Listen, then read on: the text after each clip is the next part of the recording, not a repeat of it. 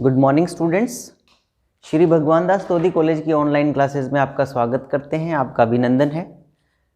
जैसा कि हम जानते हैं कि हमारे बॉडी के अंदर जो है दो तरह के सिस्टम पाए जाते हैं जो हमें एक्सटर्नल एनवायरनमेंट या इंटरनल एनवायरनमेंट के बारे में बताते हैं। जो कंट्रोलिंग सिस्टम है हमारी बॉडी का, कंट्रोलिंग सिस्टम दो तरह से काम करता है जिसकी हम हमेशा बात करते हैं। एक होता है हमारा नर्वस कंट्रोल, जो तंत्रिकाओं के द्वारा यानी कि नर्व्स के द्वारा जो है मेंटेन होता है, जबकि दूसरा सिस्टम जो हमारी बॉडी को जो कंट्रोल करने का काम करता है उसको हम कहते हैं endocrine system. Endocrine system is the controlled by the hormones. जो हमारे शरीर में हार्मोन जो सीक्रेट होते हैं, प्रोटीन के बने हुए जो पदार्थ हैं, हार्मोन्स के द्वारा जो है बहुत सारी शरीर की जो एक्टिविटीज़ हैं वो कंट्रोल होती हैं। तो हम आज जो बात करेंगे, पहले प्रकार का जो हमारा नर्वस कंट्रोल होता है, तंत्रिकाओं के द्वारा शरीर का नियंत्रण होना।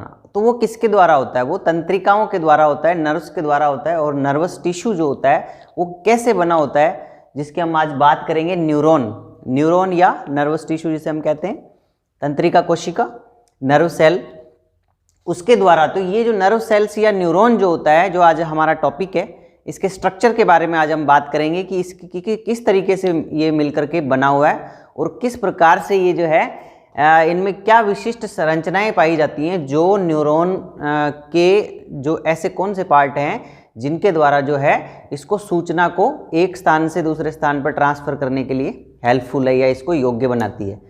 तो ये जो नर्वस टिश्यू या न्यूरॉन है, इसकी स्ट्रक्चर किस प्रकार से बनी होती है, कैसा होता है, ये आज हम इसके बारे में आज के टॉपिक के अंदर बात करेंगे। तो जैसा मैंने आपको बताया, एक बार बता दूं आपको, हमारी बॉडी का जो कंट्रोल है दो प्रकार का है।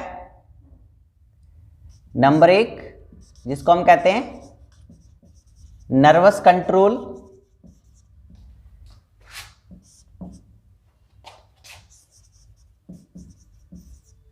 Controlled by the nervous system. तंत्र के द्वारा जो कंट्रोल होता है हमारी बॉडी, उसको हम क्या कहते हैं? Nervous control. और दूसरा कंट्रोल जो हमारे शरीर का होता है, शरीर पर जो नियंत्रण होता है, उसको हम कहते हैं एंडोक्राइन कंट्रोल। Endocrine control. तो ये एंडोक्राइन कंट्रोल जो होता है, ये होता है कंट्रोल्ड बाय द हार्मोन्स। समझ गए? अब ये जो नर्वस टिश्यू से या तंत्रिकाओं के द्वारा जो आज हम पढ़ेंगे, न्यूरॉन पढ़ेंगे, तंत्रिका कोशिका कैसी होती है, इसकी स्ट्रक्चर के बारे में पढ़ेंगे। तो ये जो तंत्रिका तंत्र होता है न्यूरॉन्स के द्वारा मिलकर के बना होता है। ठीक है? तो एक जो तंत्रिका होती है उसमें बहुत सारे न्यूरॉन्स या नर्वस टिश्यू पाए जाते हैं। ठीक है? तो यहाँ ये देखिए, जो हार्मोन्स है, ये जो सूचनाओं का जो आदान प्रदान करते हैं, ये काफ़ी स्लो प्रोसेस होता है, जबकि तंत्रिकाओं के द्वारा जब सूचनाओं का आदान प्रदान होता है तो वो बहुत ही फास्ट होता है। तो हम कह सकते हैं ये कैसा प्रोसेस है? Fast process. और हार्मोन्स के द्वारा जो प्रोसेस होता है, सूचनाओं का जो आदान प्रदान होता है, वो किस तरह का प्रोसेस है?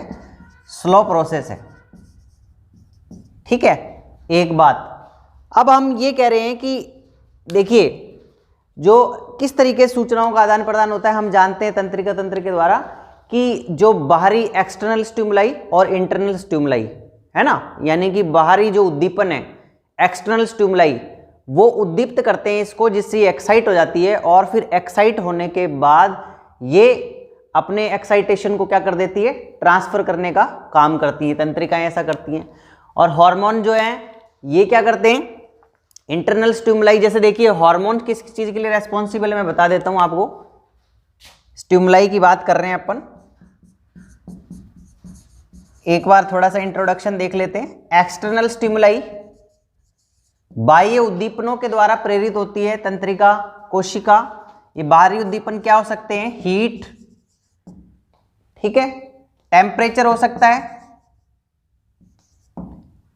हीट हो सकती है, टेम्परेचर हो सकता है, ठीक है, और और अगर हम बात करें तो यानी कि ये जो एक्सटर्नल स्टिमुलाई जितने भी हैं, एनवायरनमेंट के अंदर जो परिवर्तन हो रहे हैं, प्रकृति के अंदर जो परिवर्तन हो रहे हैं, चाहे वो ताप, दाब, ऊर्जा, हीट के रूप में जो भी हो रहा है, ये ऊष्मा के रूप में, ये सभी एक्सटर्नल स्टिमुलाई हैं एनवायरनमेंट के अंदर। ठीक है। इंटरनल स्टिमुलाई, इंटरनल स्टिमुलाई जो होते हैं, आंतरिक, जो हमारे शरीर की आंतरिक जो संरचनाएं होती हैं उनके अंदर जिस प्रकार के उद्दीपन है ना वो उत्पन्न होते हैं, तो वो भी रेस्पॉन्सिबल होते हैं इस चीज के लिए। ठीक है, तंत्रिका प्रोसेस के लिए। अब हम बात करेंगे, देखिए एनवायरनमेंट के प्रति जो हो रहे हैं वो एक्सटर्नल स्टिमुलाई है, और जो शरीर की बॉडी के अंदर जो स्टिमुलाई उत्पन्न हो रहे हैं वो उसको हम कह रहे हैं इंटरनल स्टिमुलाई। ठीक है, तो नर्वस सिस्टम के द्वारा जो प्रोसेस होता है वो फास्ट प्रोसेस होता है, सूचनाओं का आदान प्रदान, और जो हार्मोन्स के द्वारा होता है, एंडोक्राइन सिस्टम के द्वारा होता है, वो स्लो प्रोसेस होता है। हार्मोन्स के द्वारा जनरली किन किन चीजों का कंट्रोल होता है, देखिए ग्रोथ, मेटाबॉलिज्म, ठीक है, इन क्रियाओं का जो होता है ग्रोथ का और मेटाबॉलिज्म का जो है अधिकतर कंट्रोल जो है हार्मोन करते हैं, और ये एक प्रकार का स्लो प्रोसेस है। ठीक है, जबकि नर्वस सिस्टम के द्वारा सभी प्रकार का जो है सभी प्रकार की जो क्रियाएं हैं तंत्रिका तंत्र के द्वारा क्या होती है, कंट्रोल होती है। अब हम नर्वस सिस्टम हमें सबसे पहले कहाँ पर देखने को मिला, सबसे पहले इन्वर्टिब्रेट की बात करें तो वहां पे नर्व नेट के रूप में, तंत्रिका जाल के रूप में सबसे पहले जंतुओं के अंदर तंत्रिका तंत्र देखा गया है, जिसमें हम पढ़ते हैं जैसे हाइड्रा, सिलियंट्रेटा के जो जंतु हैं, सिलियंट्रेटा इन्वर्टिब्रेट का एक फाइलम है, उसमें सबसे पहले तंत्रिका तंत्र की क्या हुई थी, उत्पत्ति हुई थी, जो एक नर्व नेट तंत्रिका जाल के रूप में पाया जा रहा था। ठीक है, तो आज हम जो एक टिपिकल न्यूरॉन की जो तंत्रिका कोशिका की जो बात करेंगे, जो सूचनाओं का आदान प्रदान करने का काम करती है, और नर्व सेल का कैरेक्टर क्या होता है, जैसे हम बात करते हैं एक्साइटेशन है ना, कंडक्शन, यानी एक्साइटेशन पहले एक्साइट होता है और बाद में सूचनाओं को क्या करता है, कंडक्ट करता है, एक स्थान से दूसरे स्थान पर भेज देता है। ये तंत्रिका कोशिका की विशेषता होती है। ठीक है, तो बड़े से बड़ा न्यूरॉन की अगर हम बात करें, लार्जेस्ट न्यूरॉन जो होता है वो 1 मीटर तक का हो सकता है, 1 मीटर लंबा हो सकता है, जो कि हमारा जो टॉय है उसके अंदर पाया जा सकता है। ठीक है, तो यहाँ आज अपन एक मैमल के या एक मनुष्य के मान लेते हैं कि मनुष्य की नर्व सेल किस प्रकार की तंत्रिका कोशिका दिखाई देगी, उसकी स्ट्रक्चर के बारे में पढ़ेंगे उसके रेफरेंस से। चलिए तो अपन इसकी स्ट्रक्चर देख लेते हैं कैसा दिखाई देगा। देखिए मुख्य रूप से तंत्रिका कोशिका जो होती है उसके अंदर मुख्य भाग जो उसका होता है उसको हम कहते हैं साइटोन या सेल बॉडी। वो कैसा पाया जाएगा, देखिए इस तरीके से,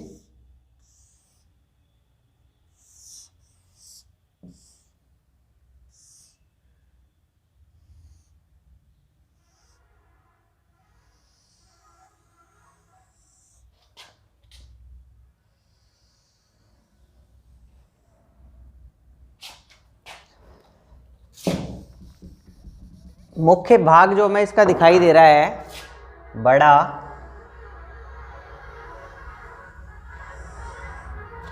इस भाग को हम क्या कहेंगे, देखिए ये जो आपको दिखाई दे रहा है बीच वाला, ये मुख्य भाग है तंत्रिका कोशिका का।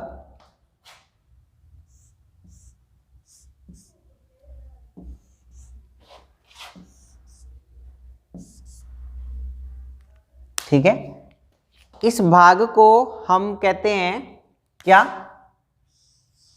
जैसा अभी मैंने बताया, इसके अंदर मुख्य रूप से ये जो बटा होता है इस तरीके से, ये भाग कहलाता है हमारा क्या, साइटोन, या इसको क्या कह सकते हैं, सेल बॉडी। मुख्य भाग साइटोन कह सकते हैं, सेल बॉडी कह सकते हैं, या इसको हम कह सकते हैं पेरी कैरियन। ठीक है, इन नामों से इनको बुलाया जाता है। अब इसके अंदर जो आप सेल बॉडी जो भाग देख रहे हैं, मुख्य भाग है ये तंत्रिका कोशिका का। जैसा आप जानते हैं जनरली कोई भी कोशिका होती है जंतु की, सामान्य कोशिका की बात करें तो उसमें अंदर क्या पाया जाता है, केंद्रक होता है, और केंद्रक के बाहर क्या होता है, साइटोप्लाज्म होता है, और सेल मेम्ब्रेन होती है कोशिका के बाहर। तो यहाँ पे भी हमें वही चीज सब दिखाई दे रही है। जो मुख्य भाग है सेल बॉडी, उसमें तो आप भी देख सकते हैं इसके अंदर क्या दिखाई दे रहा है, केंद्रक पाया जाता है, न्यूक्लियस, न्यूक्लियस के अंदर क्रोमेटिन ग्रैन्यूल्स दिखाई देते हैं, और न्यूक्लियस के अलावा जो इसका ये साइटोप्लाज्म आप देख रहे हैं, इस साइटोप्लाज्म के अंदर इस प्रकार की संरचनाएं पाई जाती हैं।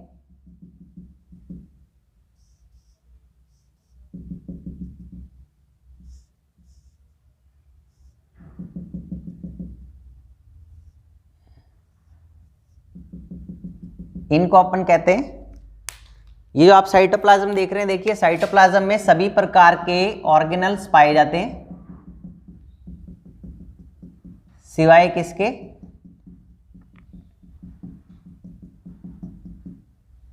ये आप देख रहे हैं इसके अंदर ये जो आपको ग्रैन्यूल्स, इस तरह की ग्रैन्यूल्स दिखाई दे रही हैं, इनको अपन कहते हैं निसाल बॉडीज, निसाल बॉडीज, ठीक है। और ये क्या है हमारा साइटोप्लाज्म, और जब न्यूरॉन का साइटोप्लाज्म होता है उसको हम कहते हैं न्यूरोप्लाज्म। क्या कहते हैं, न्यूरोप्लाज्म। सामान्य कोशिका के अंदर अपन उसको साइटोप्लाज्म कहते हैं, लेकिन जो कोशिका द्रव्य तंत्रिका का या न्यूरॉन का जो कोशिका द्रव्य होता है उसको हम कहते हैं न्यूरोप्लाज्म, और बीच में आपको केंद्रक दिखाई दे रहा है। इसके अलावा आप देख रहे हैं कि साइटोन जो मुख्य भाग है, साइटोन से एक प्रोसेस जो है, कुछ प्रोसेस निकले रहते हैं जिसको हम कहते हैं डेंड्राइट्स। ये जो प्रोसेस आपको दिखाई दे रहे हैं साइटोन से, इनको क्या कहते हैं, dendrites. These are the dendrites, या हम इसको एफरेंट फाइबर भी कह सकते हैं, है ना। ये देखिए ये जो दिखाई दे रहा है डेंड्राइट्स। लेकिन एक सेल बॉडी से जो एक प्रोसेस होता है, एक प्रवर्ध जो होता है, वो आवश्यकता से अधिक लंबा हो जाता है, जिसको हम कहते हैं एक्सोन। ये वाला पार्ट कौन सा है, इस पार्ट को अपन क्या कहेंगे, एक्सोन। ये सारा का सारा भाग कौन सा है, एक्सोन पार्ट, ठीक है। तो मुख्य रूप से हमें एक मल्टीपोलर न्यूरॉन को देखें, यानी बहुध्रुवीय, जिसमें उसमें इस तरह की संरचना दिखाई देती है। मुख्य भाग सेल बॉडी होता है, सेल बॉडी से एक बड़ा प्रोसेस निकलता है जिसको हम एक्सोन कह रहे हैं। अब ये जो एक्सोन होता है, ये देखिए एक्सोन किस तरह का दिखाई देगा, इसमें इस तरीके से,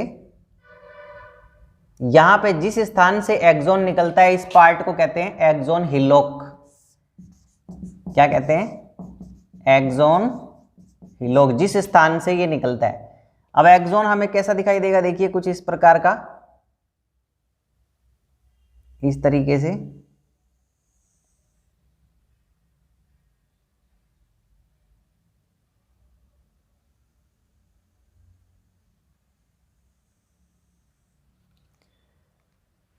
यहां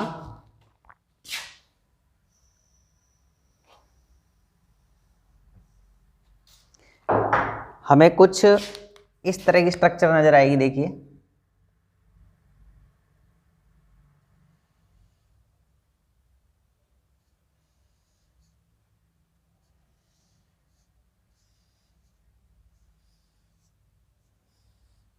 जिसके द्वारा ये घिरा हुआ रहता है।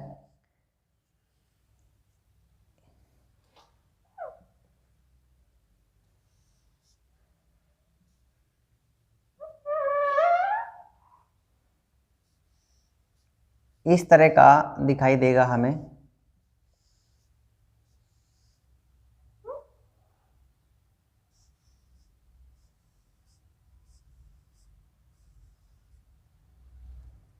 यहां हम देख रहे हैं इस तरह की स्ट्रक्चर हमें यहां पे दिखाई दे रही है, और यहां ये आप देख रहे हैं इस तरह से।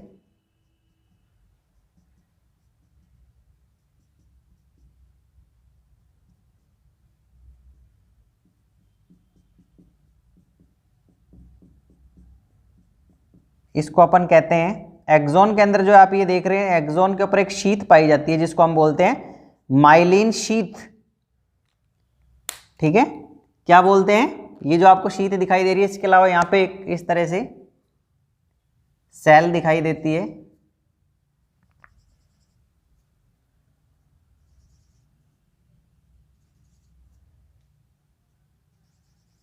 इसको अपन बोलते हैं श्वान सेल।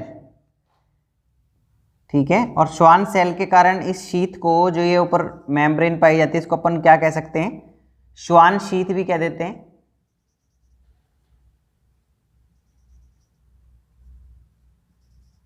अगर हम इसको अच्छी तरह से देखें तो हमें कुछ इस तरह का दिखाई देगा।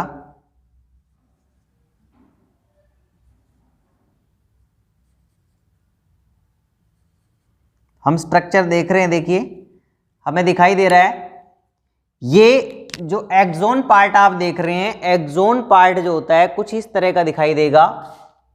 ठीक है, एक्सोन प्रोसेस, इस एक्सोन प्रोसेस में क्या होता है, इसके ऊपर एक शीथ पाई जाती है ऊपर, उसको हम कहते हैं माइलिन शीथ। ये क्या है, इसको क्या कहेंगे, माइलिन शीथ। और माइलिन शीथ का सीक्रेशन किसके द्वारा होता है, इसमें एक आउटर इस तरीके से एक सेल पाई जाती है, इसको अपन बोलते हैं श्वान सेल। क्या बोलते हैं, श्वान सेल। ये जो श्वान कोशिका या श्वान सेल होती है, यही माइलिन शीथ का क्या करती है, सीक्रेशन करती है। तो ये जो माइलिन शीथ दिखाई दे रही है, देखिए ये मेम्ब्रेन जो आपको ऊपर माइलिन की जो शीथ दिखाई दे रही है, मेम्ब्रेन जो दिखाई दे रही है एक्सोन के ऊपर, ये कंटिन्यूअस नहीं है, यहाँ तक दिखाई दे रही है, फिर यहाँ पे है, फिर यहाँ पे है, बीच बीच में इनमें गैप पाया जा रहा है। ये जो बीच में गैप पाया जा रहा है, इसकी वजह से जब सूचनाओं का प्रसारण होता है, कंडक्शन होता है, जब सेल बॉडी से संदेश जो है आगे की तरफ बढ़ता है, एक्सोन में से होकर गुजरता है, तो वो सीधा कंटिन्यूअस नहीं आता है, जंप मार मार के आता है, बिकॉज बीच बीच में ये मेम्ब्रेन क्या होती है, कटी हुई होती है। जो कटा हुआ भाग होता है, इसको अपन बोलते हैं नॉड ऑफ रेनवियर।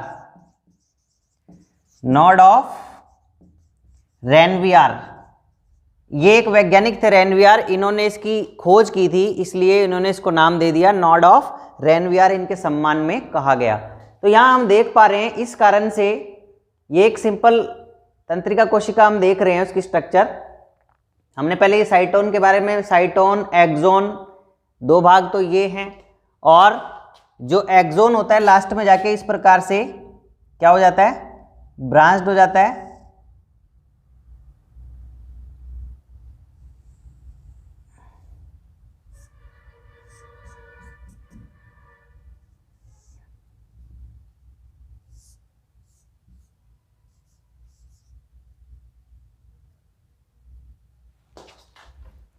लास्ट के भाग एक्सोन के फूले हुए होते हैं, जिसको अपन नॉब भी कह सकते हैं। इस तरीके से देखिए,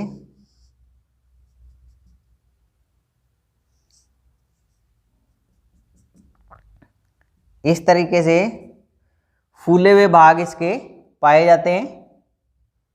इसको अपन क्या कह सकते हैं, जैसे यहाँ पे हमने इसको नाम दिया था, डेंड्रोन भी कह सकते हैं, डेंड्राइट्स भी कह सकते हैं, इनको अपन बोल सकते हैं टीलोडेंड्रोन। क्या कह सकते हैं, टीलोडेंड्रॉन्स, या इनको इफ्रेंट फाइबर भी कह सकते हैं।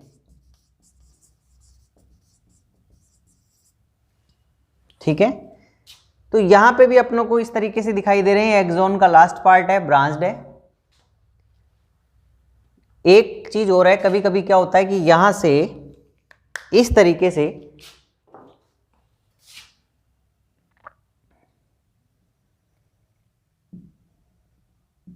ये जो आप देख रहे हैं, यहाँ पे कभी कभी क्या होता है, किसी किसी न्यूरॉन के अंदर ये जो पार्ट होता है, ये कभी कभी ब्रांच्ड भी पाया जाता है। ये जो है इस तरीके से ब्रांच्ड पाया जा सकता है, ऐसे करके।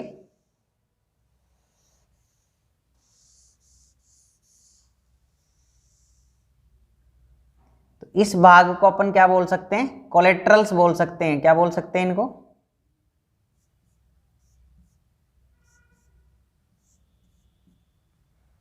ये क्या हो सकते हैं, कोलेट्रल्स। इसको क्या कहेंगे अपन,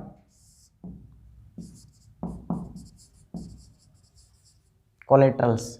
अब देखिए साइटोन का साइज कितना हो सकता है, सेल बॉडी कितनी हो सकती है, मैक्सिमम 4 से 25 माइक्रोन तक इसका क्या हो सकता है, साइज हो सकता है। तो यहाँ हमें कई चीज नजर आ रही है। देखिए सेल बॉडी के अंदर अगर अपन बात करें तो इसमें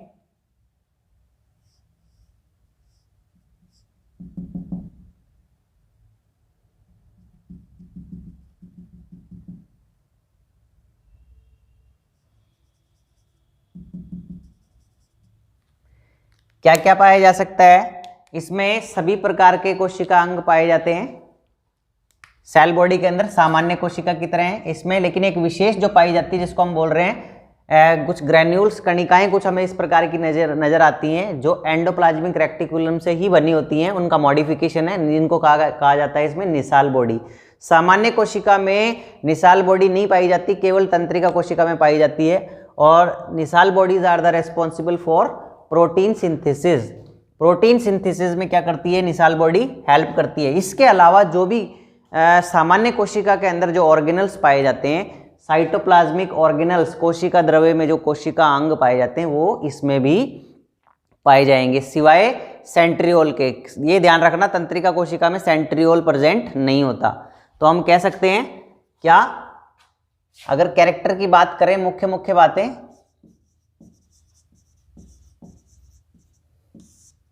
कैरेक्टर की बात करें, मुख्य बातें, तो हम कह सकते हैं क्या, जैसे मैंने बताया आपको, सेंट्रियोल एब्सेंट इन न्यूरोप्लाज्म।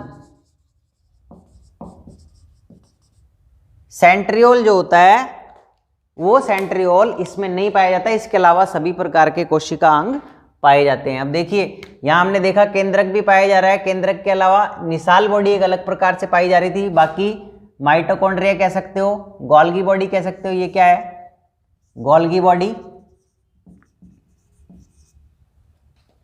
ये क्या है, इसको हम कह सकते हैं लाइसोसोम, ठीक है। एंडोप्लाज्मिक रेक्टिकुलम कह सकते हैं, एंडोप्लाज्मिक रेक्टिकुलम भी पाई जाएगी इसमें, अगर हम नाम दें तो एंडोप्लाज्मिक रेक्टिकुलम। सभी प्रकार के कहने का मतलब हम कह सकते हैं कि इस कोशिका द्रव्य में, इसके कोशिका द्रव्य को, जिसको क्या कहते हैं, बिकॉज ये कोशिका द्रव्य किसका है, न्यूरॉन का है, इसलिए इसको हम क्या कहते हैं, न्यूरोप्लाज्म। और न्यूरोप्लाज्म में जैसा मैंने बताया सेंट्रियोल को छोड़ के सभी प्रकार के कोशिका अंग पाए जाएंगे, और एक विशेष पाया जाता है जिसको हम कहते हैं निसाल बॉडी। बस ये चीज आपको ध्यान रखनी है, सामान्य कोशिका के अंदर निसाल बॉडी नहीं होती, इसमें पाई जाती है, और ये प्रोटीन सिंथेसिस के लिए क्या होती है, रेस्पॉन्सिबल है। अब इसमें हम जो बात कर रहे हैं, देखिए एक सामान्य हमने तंत्रिका कोशिका बनाई है, मल्टीपुलर न्यूरॉन इसको जो हम कह सकते हैं। ये किस किस चीज से बना होता है, साइटोन मुख्य भाग, तो हम यहां पे लिख देते हैं। एक सामान्य किसका बना होता है, ये सेल बॉडी, या जिसको हम कहते हैं साइटोन। साइटोन के अलावा और किस चीज का बना होता है ये, सेल बॉडी के अलावा जैसे क्या कह रहे हैं हम, एक्सोन। एक्सोन क्या एक प्रकार का बड़ा प्रोसेस है, लॉन्ग प्रोसेस है, जो किससे निकलता है, कोशिका या सेल बॉडी से, कोशिका का जो मुख्य भाग है उससे निकलने वाला जो लंबा प्रोसेस होता है उसको हम कहते हैं एक्सोन। एक्सोन के अलावा क्या क्या दिखाई दे रहे हैं अपनों को, डेंड्राइट्स। ये डेंड्राइट्स जो ये प्रवर्ध आपको दिखाई दे रहे हैं बहुत सारे, इनको कहते हैं डेंड्राइट्स। और डेंड्राइट्स के अलावा कभी कभी ये जो मैंने कोलेट्रल बताया आपको, कोलेट्रल्स ये भी निकले रहते हैं, लेकिन ये सभी प्रकार की कोशिकाओं में नहीं होते। कभी कभी एक्सोन नामक भाग जो होता है वो ब्रांच्ड हो जाता है, उससे भी प्रवर्ध निकल जाता है एक्सोन से, इस तरीके से बीच में, उसको हम कह सकते हैं कोलेट्रल्स। और ये कोलेट्रल्स क्या होता है, दूसरी तंत्रिका कोशिका से जोड़ने में क्या करते हैं, हेल्प करते हैं। तो हम ये स्ट्रक्चर पढ़ रहे हैं, तो स्ट्रक्चर मुख्य रूप से सेल बॉडी, एक्सोन, और तीसरा है हमारा डेंड्राइट्स।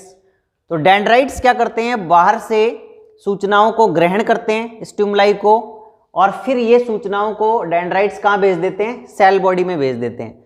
सेल बॉडी में भेजने के बाद सेल बॉडी जो होती है वो डिसाइड करती है, और फिर ये क्या करती है, उस सूचनाओं का परिवहन, कंडक्शन कहाँ से करेगी, सेल बॉडी से कहाँ करेगी, एक्सोन के अंदर भेजेगी। यानी एक्सोन के अंदर जो कंडक्शन होता है वो away from the cell body से दूर की तरफ होता है।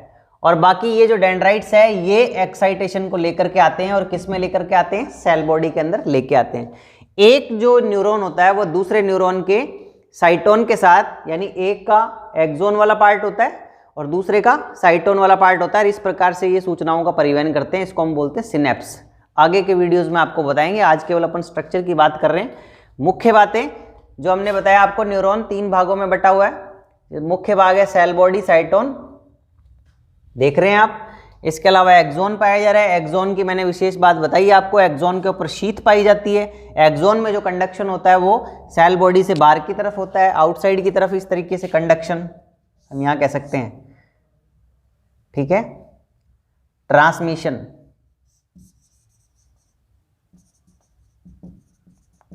ट्रांसमिशन कहाँ होगा? ऊपर से नीचे की तरफ होगा।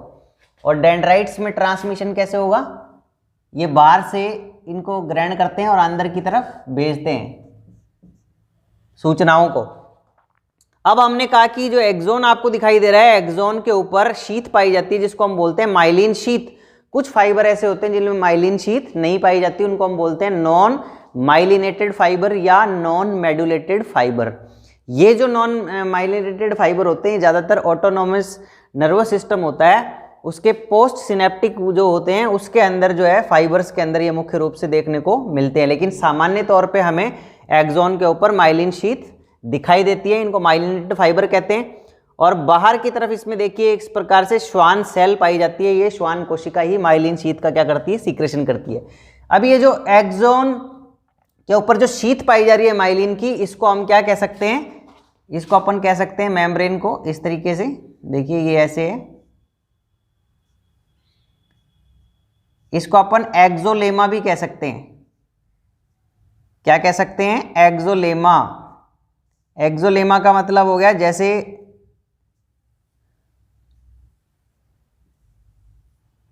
प्लाज्मा लेमा होती है, प्लाज्मा मेम्ब्रेन होती है, ऊपर जो झिल्ली होती है उसको अपन कह देते हैं। यहां पे भी अपन इसको क्या कह सकते हैं? एक्सोलेमा। एक्सोन के ऊपर पाई जाने वाली मेम्ब्रेन क्या कहलाएगी? एक्सोलेमा। अब ये जो एक्सोलेमा होती है किसी किसी स्थान पे कटी हुई होती है, हमें दिखाई दे रही है, उस कटे हुए भाग को कहते हैं नोड ऑफ रेनवियर। इसकी वजह से जो सूचनाएं होती हैं वो जंप मार मार के आगे की तरफ जाती हैं, जिसको हम पढ़ेंगे आगे। और एक्सोन का लास्ट पार्ट होता है वो ब्रांच्ड होता है, इस तरीके से शाखित होता है। और उसके अंतिम भाग जो होते हैं वो फूले होते हैं, जिनको अपन कहते हैं नॉब। इनको क्या कह सकते हैं अपन? नॉब, घुंडियां। और ये जो नॉब होती है ये इस नॉब से ही फिर सूचनाएं जो है दूसरे न्यूरॉन को सिनेप्स के द्वारा क्या हो जाती है? ट्रांसफर हो जाती है, ठीक है। तो यहाँ देखिए इसमें जो हम कह रहे हैं, ये जो एक्सोन के अंदर जो है, एक्सोन वाला जो पार्ट होता है इसके अंदर एसिटाइल कोलिन का सीक्रेशन भी होता है। एसिटाइल कोलिन का सीक्रेशन होता है जिसकी वजह से सूचनाएं जो है वो एक स्थान से दूसरे स्थान पर या एक न्यूरॉन से दूसरे न्यूरॉन को क्या होती है? ट्रांसफर हो जाती है। हम आगे पढ़ेंगे। तो आज इस स्ट्रक्चर के बारे में हमने देखा, मुझे लगता है कि इसमें हमने सभी बातें डिस्कस कर ली हैं।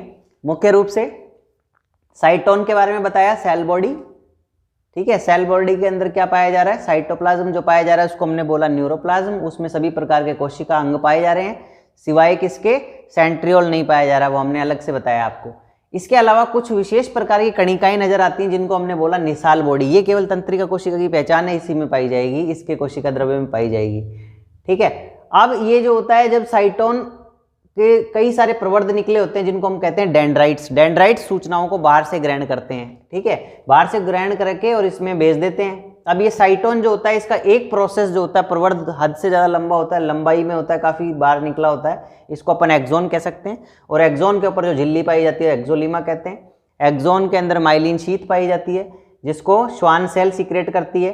एक्सोन सूचनाओं को काफ़ी फास्ट तेजी से आगे की तरफ भेजते हैं, जबकि इसके अंदर जो सूचना होती है साइटोन के अंदर वो धीरे धीरे आगे की तरफ बढ़ती है, लेकिन एक्सोन में पहुंचने के बाद ये सूचनाओं को काफ़ी तेजी से आगे की तरफ भेजता है। एक्सोन फिर जो है, एक्सोन पार्ट अपनी सूचनाओं को जो यहाँ से लेकर के आया है उसको दूसरे न्यूरॉन को क्या कर देता है? ट्रांसफर कर देता है।